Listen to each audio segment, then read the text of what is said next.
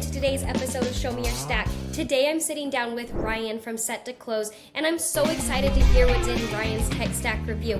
Not only because he's brilliant and amazing, but I also got to meet him face to face at Inbound and have a real good conversation with him. So let's shuffle up and check out what's in Ryan's tech stack review.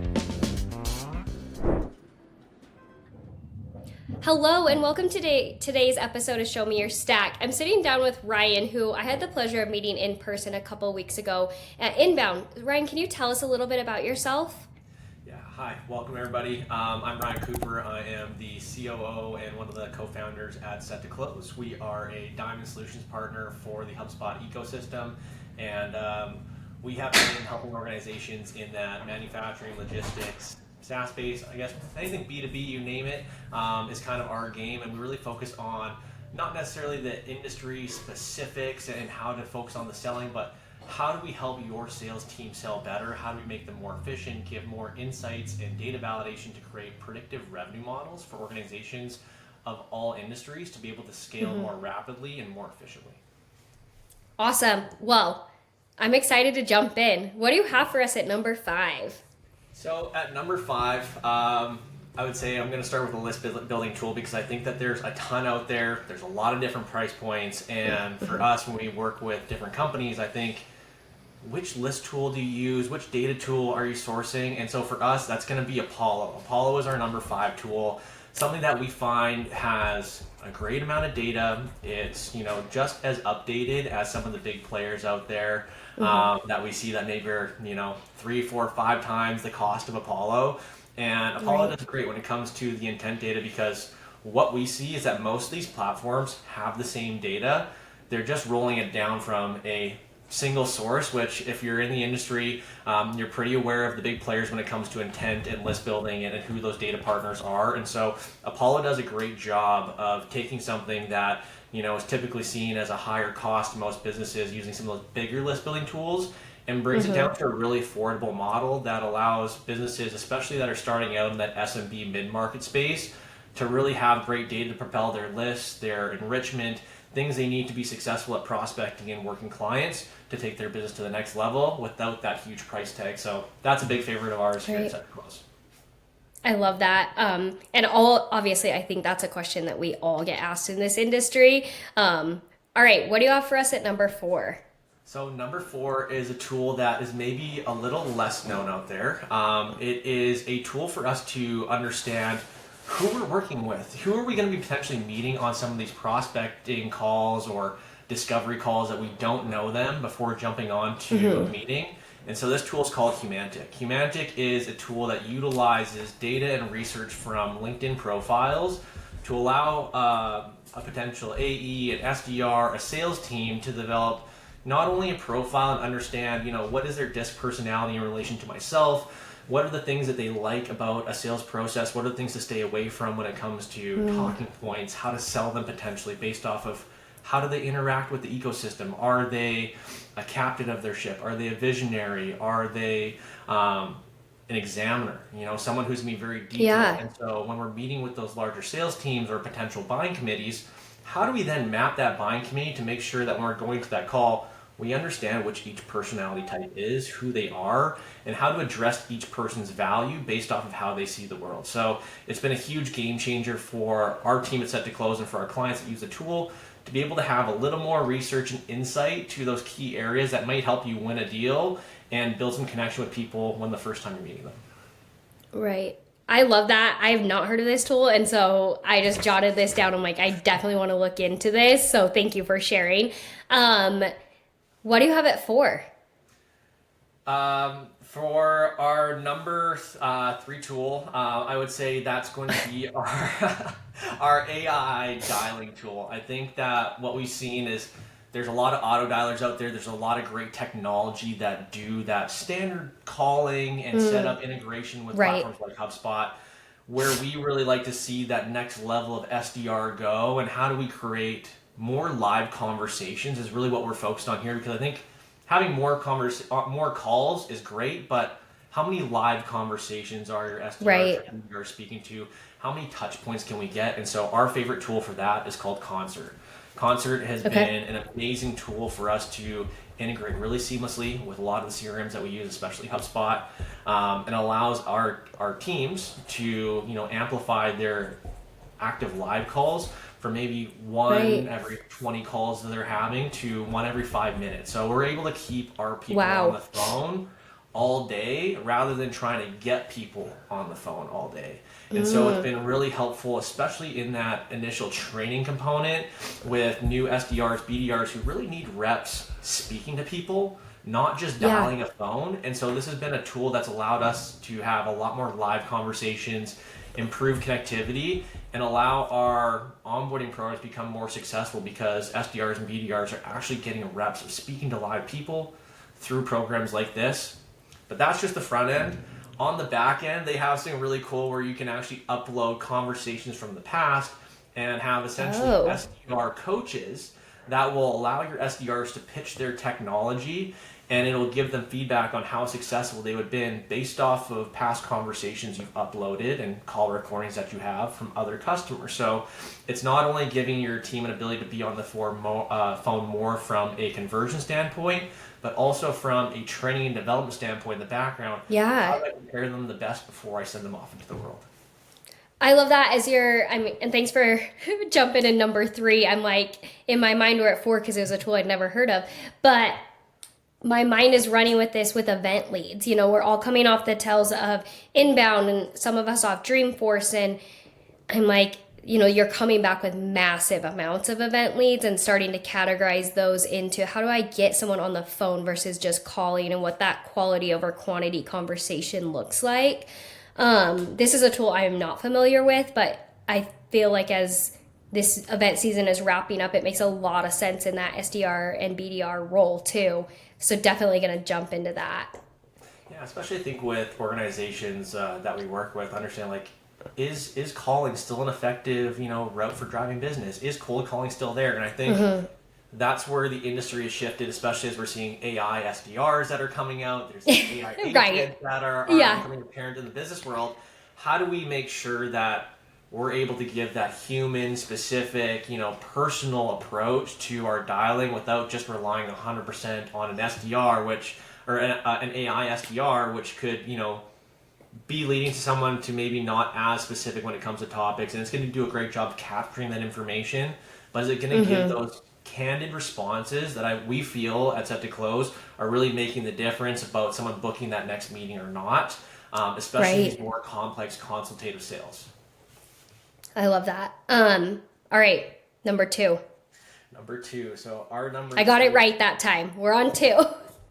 That's fantastic. No, our number 2 tool, I'm gonna have to say, is gonna be HubSpot. HubSpot has been our favorite CRM to work in when it comes to the development of our programs, how we serve clients.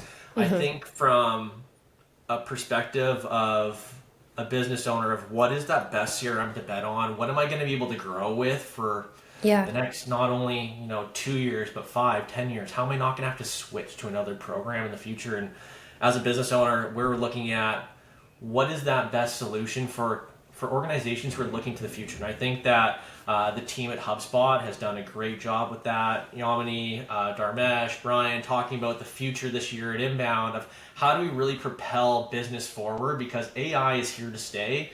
How are we going to integrate that to elevate the efficiency and the abilities of our teams that are Right. working in the ecosystem? And how do we scale for that next future where we're not so much focused on how do we necessarily prevent AI from replacing jobs, but how do we guide that AI to exemplify and really make our team that we have now more efficient, more capable, so we can reduce friction in their day and allow this automation, these AIs to support them so we can hit new heights and to greater revenues with business.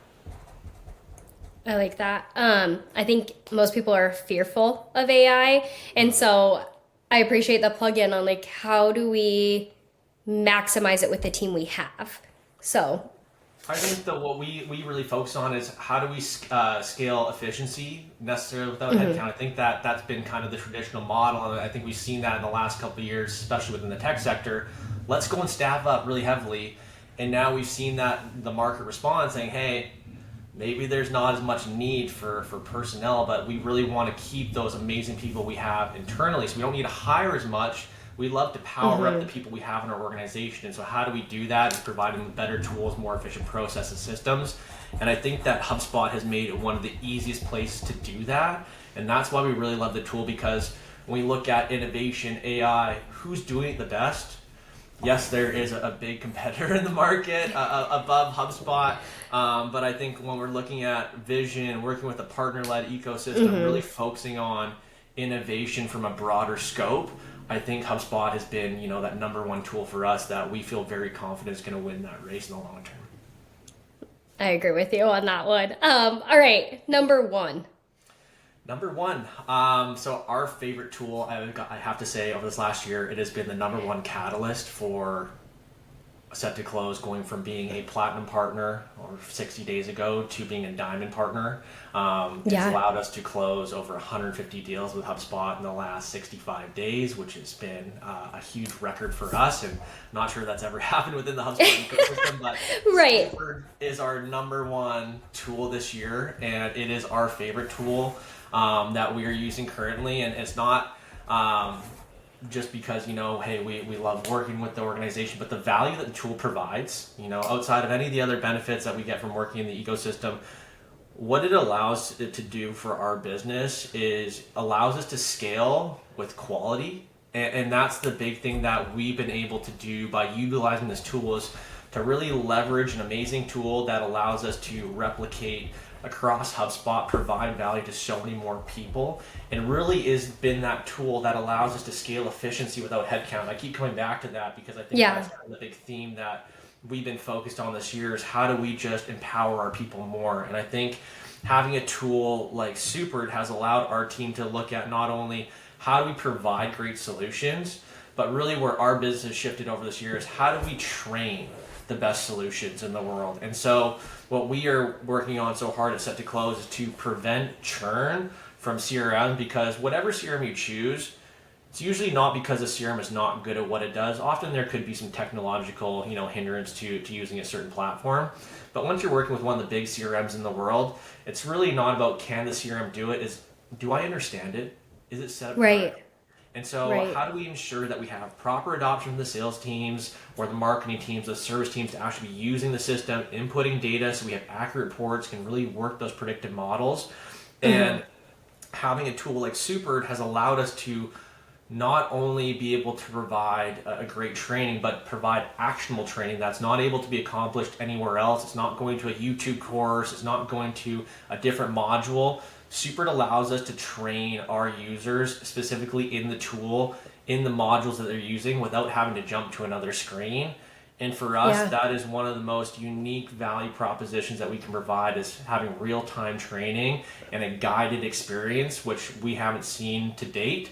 And we're very happy to be able to bring that to the market with the help of Supered. So that is our favorite tool for the year.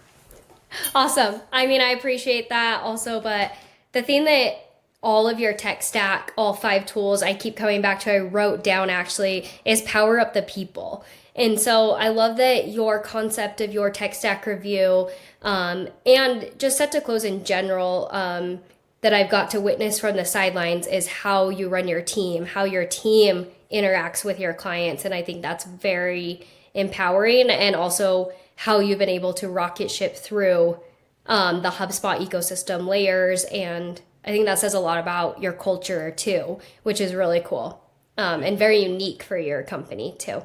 Yeah. All right, I want to with our people. I think that we wouldn't be here without the amazing team. I think that the way that they've been able to add ownership to each of their departments and really focus on, with our organization, something we do is we really focus on innovation. Everybody is an expert.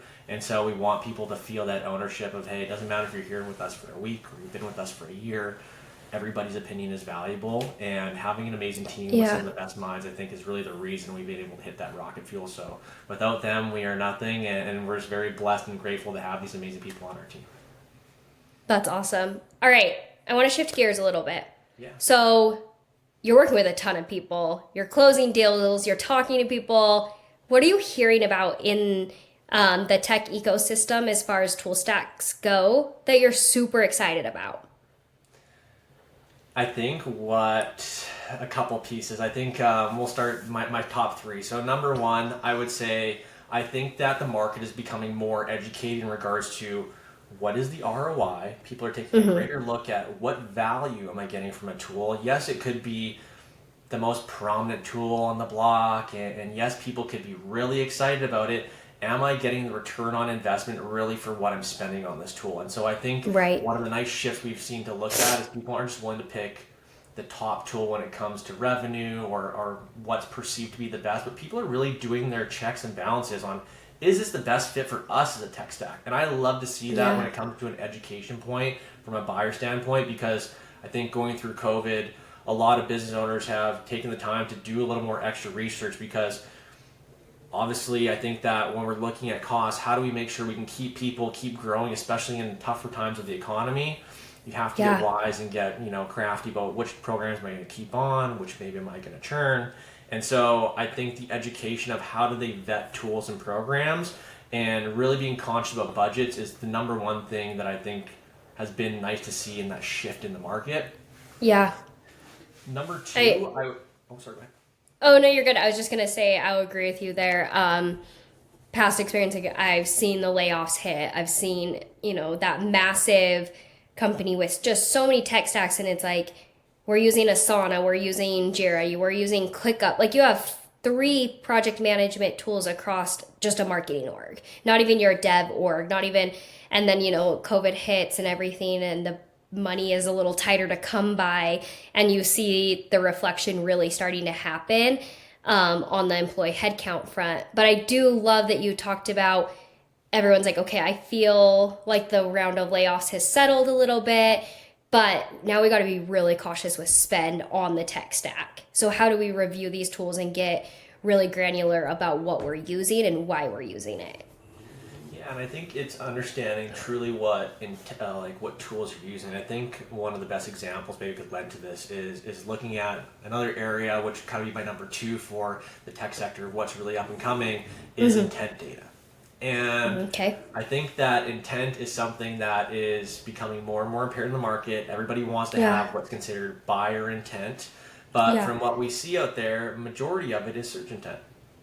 We know that most of the data in the world comes from the biggest platform in the world, Bombora. They're amazing. And a lot of companies will want to use their data, and they do a great job of predictive search and giving you insight into what people could be interested in based off of what they have.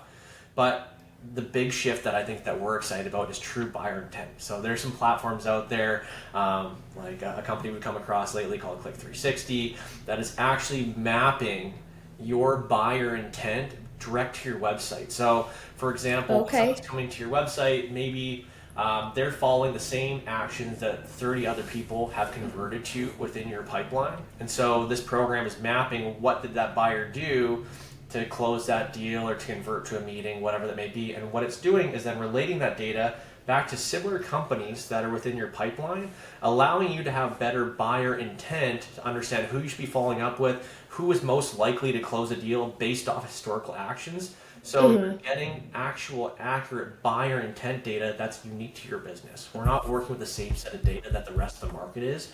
And for me, I think that's one of the most exciting things, especially as a RevOps professional, but as a business owner, to understand data to our business. It's great to know what everybody else is playing with, but what's special to us and what's actually going to convert more for our specific need, not what's just standard up there in the industry. Yeah. Okay. I like that. All right. What are you working on then? You told us what you're hearing. What are you working on? So the next big thing that I think we're working on is really continuing to push on our revenue operations training. I think that what we're looking to expand into is to how do we integrate more of these tools and with our tech stacks of making sure we're bringing in these AI tools, but not at a pace where it doesn't make sense. It's not, hey, we're going to replace everything with AI based off the specific need, what is needed for that business, for each role, where it's digestible and it's a manageable change.